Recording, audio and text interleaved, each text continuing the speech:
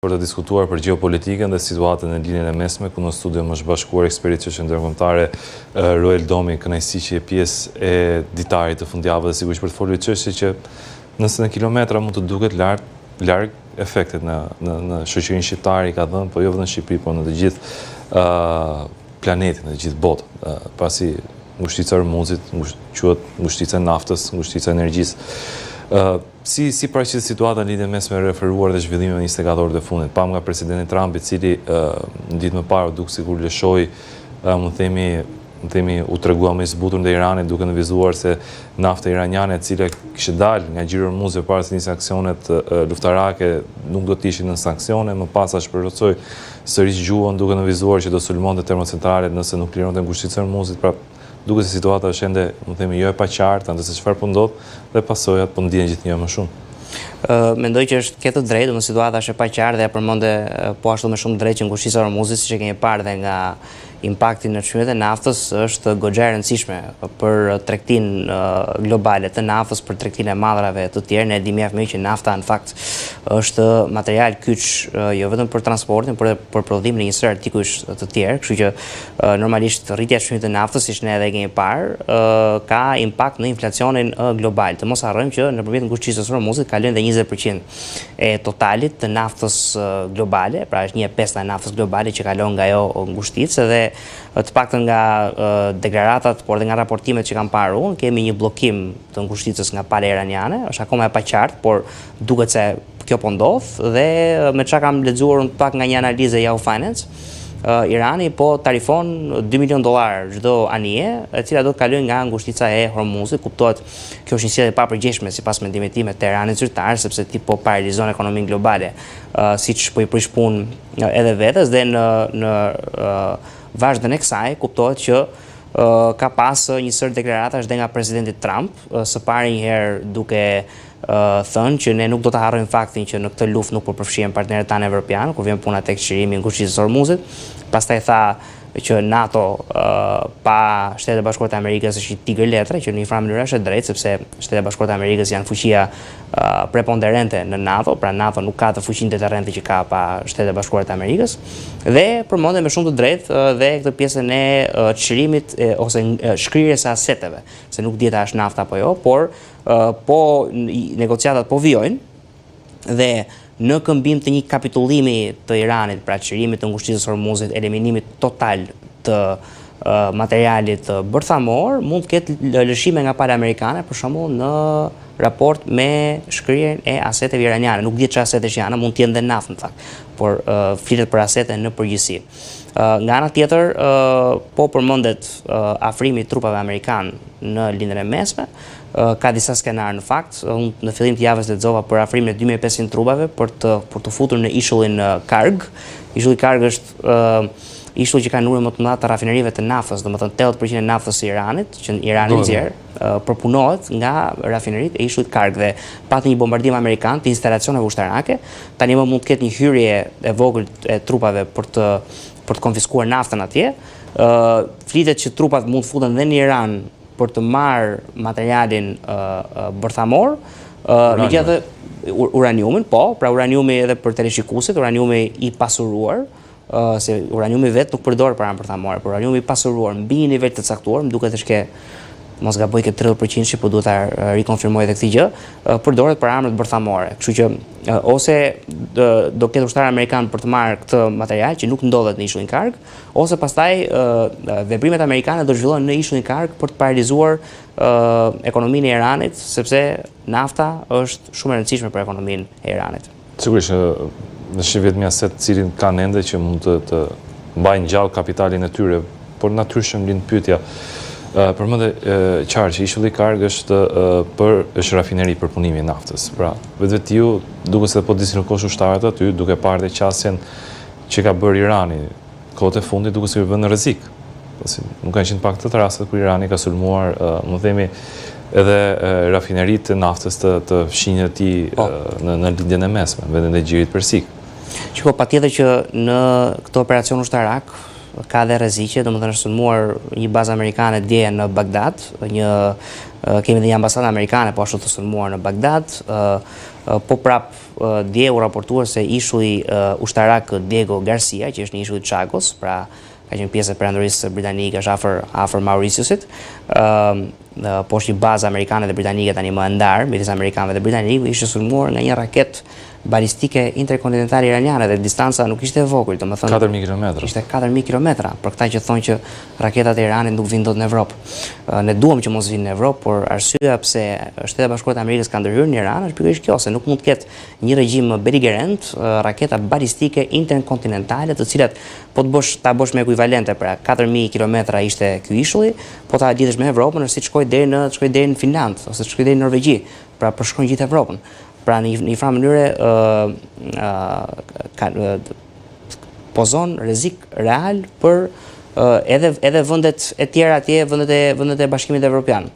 Nga ana tjetër, mendoj unë është e rëndësishme të thuhet që, siç e përmendet ti, një për arsye pse shpërndarjet e naftës janë arritur, nuk ka të bëjë vetëm me ngushëllisjen e Hormuzit, por ka të bëjë me faktin që Irani ka bombarduar rafinerinë nafte të vendeve të gjirit. Arabia Saudite është prodhuesi i dytë apo i tretë më i madh në botën e naftës, është vendi me rezervat më të mëdha në botë të naftës. Saudi Aramco, që është kompania shtetërore e Arabisë Saudite, ka një numër të pafund rezervash.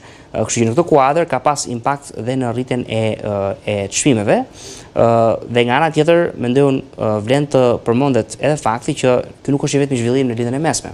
Pra, në kohën kur amerikanët po merren me Iranin, Izraeli tani më ka një tjetër objektiv, mbasi ka eliminuar gjithë liderët politik të Gardës Revolucionare. Objektivi tani është Hezbollahu, sepse Hezbollahu në fakt është milici të cilit që Izraeli ka shkaktuar shumë dëme. Qoftë me raketa, ka qenë pjesëmarrëse në sulmin terrorist të 7 tetorit bashkë me organizatën tjetër terroriste Hamas, dhe në kohën kur Izraeli u fut në vitin 1978 dhe 82, që u futën në Liban për të çrënjosur organizatën e çlirimit Palestinës, PLO, e famshëm, Hezbollahu u krijua si një forcë në një farë mënyre bashkëpunuese me terroristët palestinezë atje, dhe pastaj kemi pasur konfliktin midis Izraelit dhe Hezbollahu në vitin 2006. Por ajo që dua të them është që është një milici shumë e fuqishme, është një institucion paralel brenda Libanit, pra praktikisht konkuron qeverinë libaneze. Domethënë Hezbollahu ka 100 ca mijë ushtarë, por 100 ca mijë ushtarë nuk është ushtri e vogël. Kështu që në një kohë kur financuesi kryesor i Hezbollahut që është Irani, në momentin kur Iranit po i pritet koka metaforikisht, pra në Shtetet e Bashkuara të Amerikës se po merren me Iranin, Izraeli e gjen të dur që të merret me Hezbollahun, që është ndoshta vetëm milici që e kërcënon në atë rajon për momentin. Çfarë roli ka NATO në këtë konflikt? Se kemi një, më themi, diskordancë përpara konfliktit në lindjen e mesme, patëm summitin e Davosit, qëndrimin e zotit Trump për Groenlandën, duke sikur NATO ka lënë një ngrirje totale të marrëdhënieve. Tashmë shohim që Amerika është e përfshirë në një konflikt, kërkon ndihmën e vendeve të NATO-s, aleatëve të saj, ato shprehen të gjithë që nuk bëhemi pjesë. Ta kancelari Merz thanë, më themi, edhe shumë figura të tjera kryesore europiane, vetëm që duket sikur kanë dhënë një ndihmë jo 100%, janë britanike që kanë lejuar përdorimin e bazave tyre për operacione luftarake. Pra duket se vetë NATO nuk është në ditën e saj më të mirë sa i përket bashkëpunimit ushtarak. Kjo është e vërtet. Donë se nuk përfshin ato protokollet që angazhohet NATO më njëhershme, sërish përfshirja SBA-ve, është një detyrim moral i gjithë vendeve tjera që... Jam shumë dakord me ty. Është detyrim moral sepse para njëherë NATO, u thate nga president Trump, po unë jam i kësaj bindje që NATO nuk ka fuqi pa Shtetet e Bashkuara të Amerikës.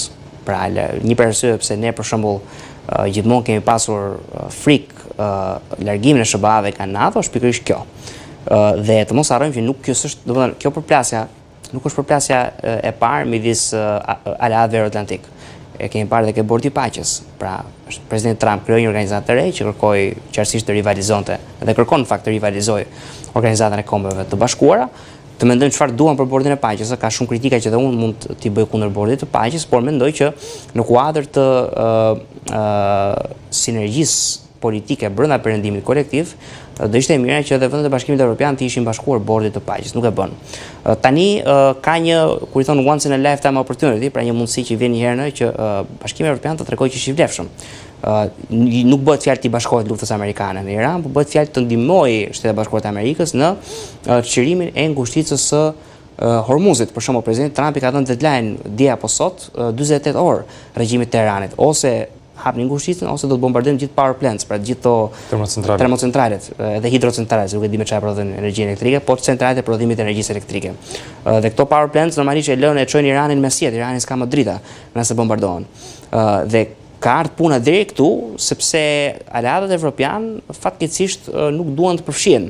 Tani në Iran janë kohë që thua Trumpi, Amerika po na ikin nga NATO, po na shpërbëhet NATO dhe në momentin e vetëm kur ti duash Shtetet e Bashkuara të Amerikës, ti nuk je aty.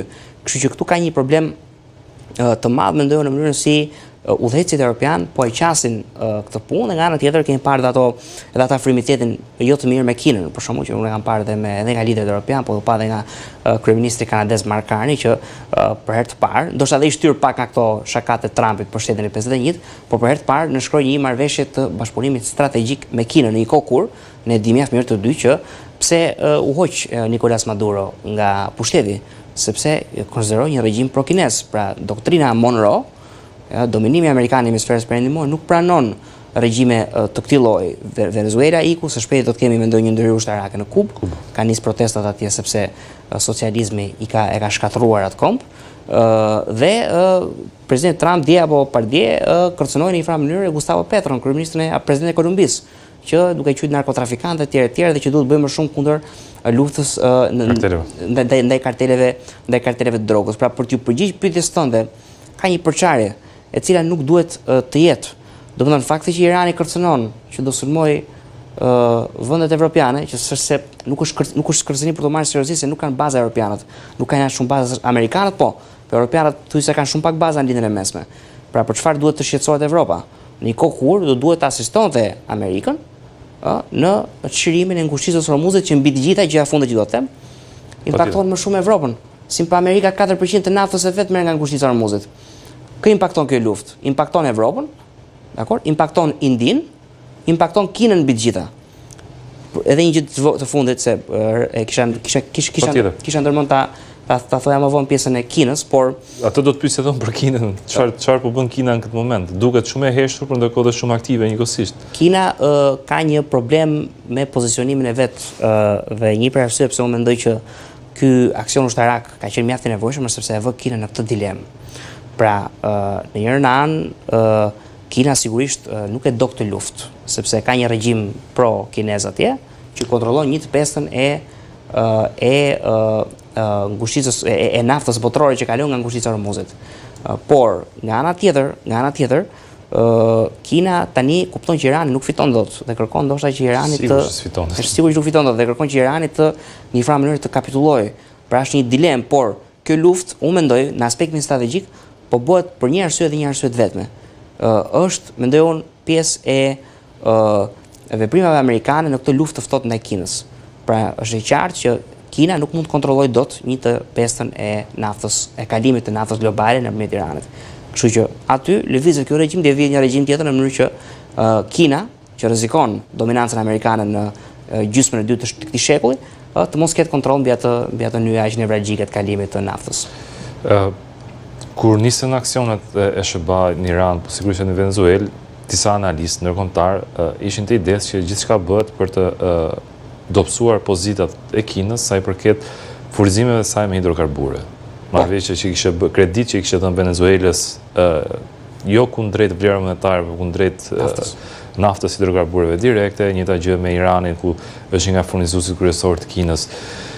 Por gjithashtu Kina është një nga vendet që prodhon më shumë mjete elektrike, automjete, makine elektrike etj. Dhe ditën e djeshme po shifsha informacion që po raportonin media ndërkombëtare që shitjet e mjeteve elektrike kineze kishin arritur pikun më të lartë për shkak të shtrëngimit të çmimeve të naftës. Pra duket vetiu se çdo aksion që bëhet, nëse mund të keni një qëllim strategjik caktuar, nuk arrit ta japi efektin tamam pasi vetiu duket jo i kalkuluar mirë. Ja. Nuk mendoj që nuk është i kalkuluar mirë, por domethënë ti nuk mund të presësh dot që një veprim politik apo ushtarak të ketë të njëjtin impakt mbi çdo treg. Sigurisht që në disa aspekte Kina do dobësohet, në disa aspekte Kina do forcohet, siç për shembull dhe Rusia tani po forcohet nga kjo që po ndodh, por ne nuk themi dot që kjo luftë po bëhet për Rusinë. Rusia është një prej beneficiaries, pra një prej përfituesve ansor, siç Izraeli për shembull, është një prej përfituesve të mëdhej ansor. Lufta nuk po bëhet për Izraelin, po Izraeli përfiton, sepse hegemonia amerikane në lindjen e mesme bëhet nëpërmjet një hegemoni izraelite, pra pax amerikane është pax judaika në lindjen e mesme.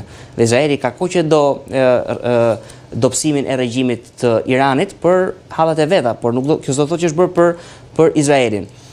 Në raport me Kinën, është e vërtet që mund të ketë një impakt pozitiv në tregun e EVs, të electric vehicles, për atë makinave elektrike, sepse kur shtrëngëtohet nafta, bëhet më e volitshme që ti të blesh një makinë që nuk ka nevojë për naftë. Por nga ana tjetër, Kina merr 30% të naftës së vet nga e ngushticë. Dhe Kina vjen të jetë një ekonomi e varur nga nafta, një ekonomi që transportin makina, shumica makinave janë me naftë. Pavarësisht se Kina kërkon që disentanglement, pra ta ndaj veten e vet nga kjo varësi, pikërisht se e kanë ditur që amerikanët ta bëjnë këtë një ditë. E megjithatë, Kina sërish është shumë e varur. Pra, domethënë dëmin ti Kinës po ja jep, sepse Kina ka merr 30% të naftës së vet crudo nga ngushtica e Hormuzit. Dhe nga ana tjetër po jep dhe një mesazh që në hemisferin perëndimor nuk kemë punë, në Evropë ne do bëjmë presion maksimal që ti të mos kesh më investime, këtu do ta heqim këtë diktatorin, do vëmë një tonin, dhe jep dhe një mesazh për Tajvanin, sepse ne e dimë që Partia Komuniste Kineze e ka të shkruar në preambulin e vet, domethënë në planin e vet për vitin 2027 që ato One China Policy, pra politikën e një Kine, Kinës unifikuar me Tajvanin si pjesë të vetëm, por ne di mjaft mirë, jam i bindur që e ke shumë të qartë nga analistët ndërkombëtar që ke lexuar, por dhe unë, që çfarë ndodh në momentin kur Kina pushton Kina popullore pushton Kinën, Republikën e Kinës, Tajvanin. Çfarë ndodh?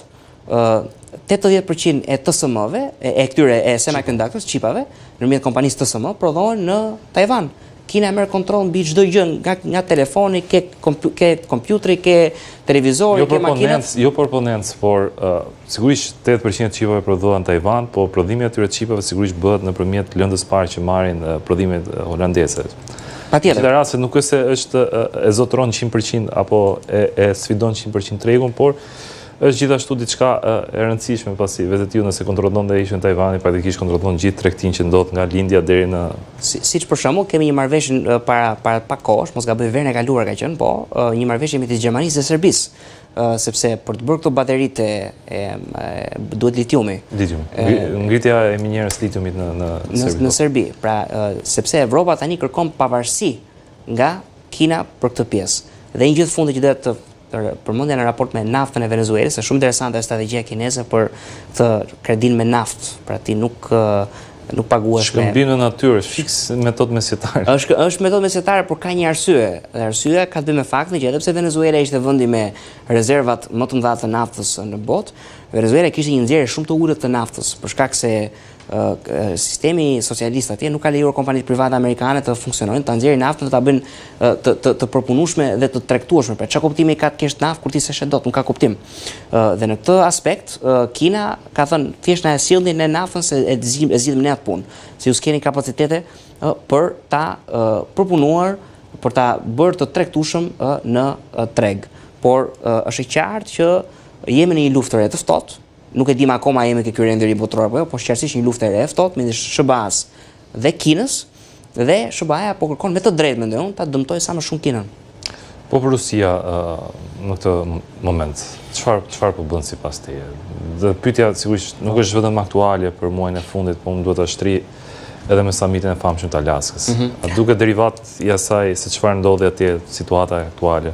Shiko, Rusia së pari njerë ka marrë një detour, pra ka marrë një kthim, ka bërë një kthim 90 gradë, sepse në kohën e administratës Biden, në kohën kur elitat liberale qeverisnin botën, Kina dhe Rusia ishin një. Domethënë, qartësisht i kishte një përplasje midis perëndimit liberal, që përhapat hegemoninë liberale, dhe BRICS-it, që objektiv kryesor ka që dollari të mos jetë më rezerva petrodollari, pra rezerva e botës.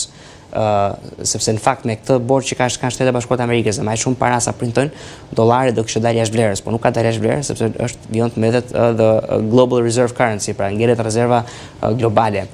Dhe në atë kohë Rusia dhe Kina ishin bashkë. Tani me ardhen e Trumpit, Rusia ka kuptuar që ndoshta duke luajtur një rol hibrid, një palë e tretë, një palë e mesme midis dy fuqive të ndashë baze, Kinës mund të përfitojë më shumë, siç është rasti për shembull i marrëveshjeve shumë të mira që janë dhënë në Ukrainë, siç është rasti për shembull i faktit që tani po shet shumë më shumë naftë dhe po fiton shumë më shumë nga tregtia e naftës, siç është rasti i shkrirjes së sanksioneve. Të mos harrojmë dhe çfarë po luhet këtu. Rusia kërkon një lloj bashkimi të dytë sovjetik, një perandori ruse pra një hegemoni në atë zonë vet. Nuk kërkon hegemoni globale. Amerika do ta ruajë hegemonin globale në një botë multipolare, po do ta ruajë. Dhe Kina kërkon një botë unipolare me të, pra të bëhet ajo polici i botës, të bëhet ajo të kemi një Pax kinez, pra nga Pax britanika, Pax amerikana, shkrim një Pax kinez. Këtë kërkon Kina. Kështu që këtu Amerika dhe Kina përplasen. Rusia qëndron në mes. Kjo dihet nga leadershipi amerikan. Jo më kot, në vitet 70 u ndoq strategjia Nixon-Kissinger. Pra Henry Kissinger që ka qenë këshilltar, është dhe geopolitikan e njohur patjetër, strateg i mirë njohur, por dhe këshilltari i presidentit Nixon atëherë për politikën e jashtme, dhe i thot Nixonit që, shiko, Bashkimi Sovjetik është rivali jon tani më, që ti ta dobësosh Bashkimin Sovjetik, që ti ta dobësosh lindjen, ti duhet të ndash Bashkimin Sovjetik nga Kina. Dhe çfarë bëri? Çfarë bëri Amerika kohës? Hoqi Tajvanin nga Këshilli i Sigurimit, njofi Kinën komuniste, dhe për herë të parë patën vizitën e Nixonit në Kinë, që mund të ngjajë ndoshta me samitin e Alaskës. Kështu që tani më Bashkimi Sovjetik për nga fuqia i atërshëm është Kina komuniste sot. Dhe Kina e atërshme është në fakt Rusia sot. Kështu që po ndiqet e njëjta strategji. Është interesante për ta rikthyer edhe një herë çështën tek Irani, pasi ajo vjen të jetë vatra më e nxehtë. Është folur që dhe nga zoti Trump që ne nuk bëjmë negociata, ne nuk kemi këtë bëjmë negociata, janë vrarë gjithë. Po sigurisht historia globale ka treguar që në finale marrëveshjet kanë qenë marrëveshjet politike, ato të cilët kanë përfunduar një luftë. Me këtë do të negociojë qoftë Shqipëria apo qoftë Izraeli në moment kur lufta duhet të përfundojë. Normalisht do duhet përfundojë një moment. Kështu ka treguar historia globale. Luftat nisin dhe mbarojnë një moment caktuar nëpërmjet një marrëveshje politike, por liderët e Iranit duket se nuk janë gjendje që që unë fakt do doja për bërë, jo për bërë oponencën, po kam një mungesë dakordësie të vogël me ty këtu, sepse në fakt marrëveshjet politike vinë në momentin kur njëra palë ka humbur totalisht. Sigurisht. Pra ne do të arrijmë ka ajo fazë një herë. Domethënë Gjermania naziste nuk u mposht me marrëveshje politike, u mposht se u bombardu Dresdeni, u vranë me miliona gjerman, shumë dhe të pafajshëm, por shumica aty ishin rreshterë të nazizmit, dhe Gjermania u detyrua të ulej në tryezën episodike, po ashtu dhe Japonia. Pra në luftën dy botërore paqja me Japoninë nuk u bë me marrëveshje politike, u hodhën dy bomba atomike, një në Hiroshima, një në Nagasaki, Japonia kapitulloi dhe aty erdhi marrëveshja de jure politike që në fakt ishte thjesht një derivat i fuqisë ushtarake të aplikuar në mënyrë shproporcionale ndaj një fuqie tjetër. Dhe edhe Irani në këtë moment do të dorëzohet në momentin kur të jetë të dobësuar komplet. Irani është dobësuar, por vjen të rezistojë, sepse pritej që mbas vrasjes së Ali Khameneit, Irani të merrte fund. Nuk ka ndodhur kjo gjë, Irani vjen dhe lufton, është goxha e dëmtuar, pra ke shumë oficer inteligjencës iraniane të vrarë, përfshirë dhe shefin e Gardës Revolucionare. Kemi parë, janë diku ke mbi 6.000 objektiva të goditur. Por fakti që Irani akoma ka atë kyçin e ngushëllisor, muzet, kjo do tregon që akoma e luftë, ai operacion ushtarak nuk është mbyllur, kështu që marrëveshjet politike do të vinë vetëm mbas eliminimit të plot dhe çmontimit të plot të infrastrukturës politike dhe ushtarake të regjimit të Mullave në Iran.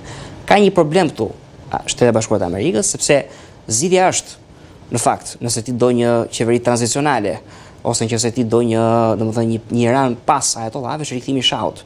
Shahu nuk është perfekt, Reza Pahlavi ishi biri i mbretit, që jeton në Kaliforni tani mos gaboj, por një monarki pro-perëndimore me të drejta për gratë dhe pakicat është shumë më mirë se sa ky regjimi i ajatollave tani që duket që është përgatitur shumë kohë për këtë moment, se fakti që këta po rezistojnë të tregon që këta kanë vite që i marrin lekët e iranianëve edhe i bëjnë rrushe kumblla për të përgatitur për sulmin amerikan.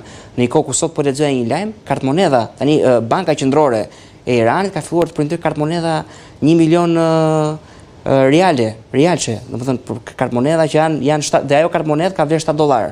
Pra 10 milion nga monedha e Iranit ka vlerë $7, pra hiperinflacion, pra një keq menaxhim ekonomik. Por ajo që dua të them është që duhet që Perëndimi të gjejë zgjidhjen për Iranin në mënyrë që Irani të mos ketë vakum pushteti. Se po pati vakum pushteti, do shohësh kurdot që do duan shtetin e tyre, azerët do duan të shkëputen, turkmenët do duan të shkëputen dhe unë kam thënë dhe në vende të tjera Irani është një Jugosllavi e dytë për nga përbërja. Dhe çfarë ndodhi me Jugoslavinë është përbë, mirë që është përbë, po a vlen që shpërbë dhe Irani? Mbetet për tu parë, po duhet një zgjidhje politike, po mbasi e ke degraduar regjimin e ajatollave. Marr një pyetje të fundit, pas 10 minutat kanë ecur. The që opozita e Iranit mund të jetë Shau, cili është në Shëbaj, strehuar. Për një opozitë iraniane kemi edhe në të strehuar jo shumë larg Tiranës, në Mancë, Durrës, në Mujahedinët. Dhe referuar dhe, unë themi, raketës 4.000 kilometrëshe të cilët hodhën ditën e djeshme iranianët. Sa rrezikuar është Shqipëria në këtë rast? Përpara se të përgjigjem pyetjes për rrezikun e Shqipërisë, në raport me mendojun qeverisin e Iranit se duhet ta fusja edhe pak Mekun në lojë, kjo pjesa e analizës. Shiko, Meku janë Mujahedin. Mujahedinët në Afganistan kanë qenë terroristë islamik, radikal islamik. Domethënë ideologjikisht nuk kanë asnjë diferencë nga regjimi mullave, nësë mund të kenë diferenca politike, nuk jam ekspert asaj fushë, po janë ekstremistë islamik, që nuk mund të jenë ato e ardhmë e Iranit, dhe të mos harrojmë që një prej mujahedinëve ka qenë dhe terroristi i mirënjohur Osama Bin Laden.